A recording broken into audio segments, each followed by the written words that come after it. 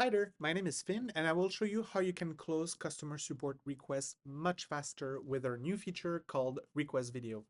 So first, just go on your Zight dashboard, and on the top right, you will have a new feature called Request Video. Basically, what this does is a link that you can share with your customers so you can collect information from them. So you can really end all of the different back and forth you have trying to reproduce an issue a customer is having or what the customer is seeing. So let me show it to you in action. So first here I am on the Zight dashboard and I just received a ticket.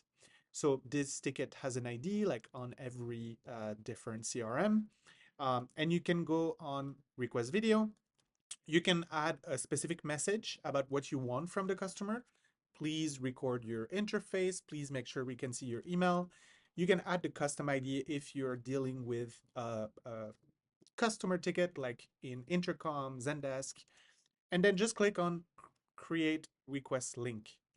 You now have that link. You can decide to edit the URL or just directly send this to your user. So uh, let's say, please record a video with the steps here. This can be much faster with the help of a macro. So let's send this ticket. So what the customer will see when they enter the URL is this page with nothing but a simple big blue button to start recording.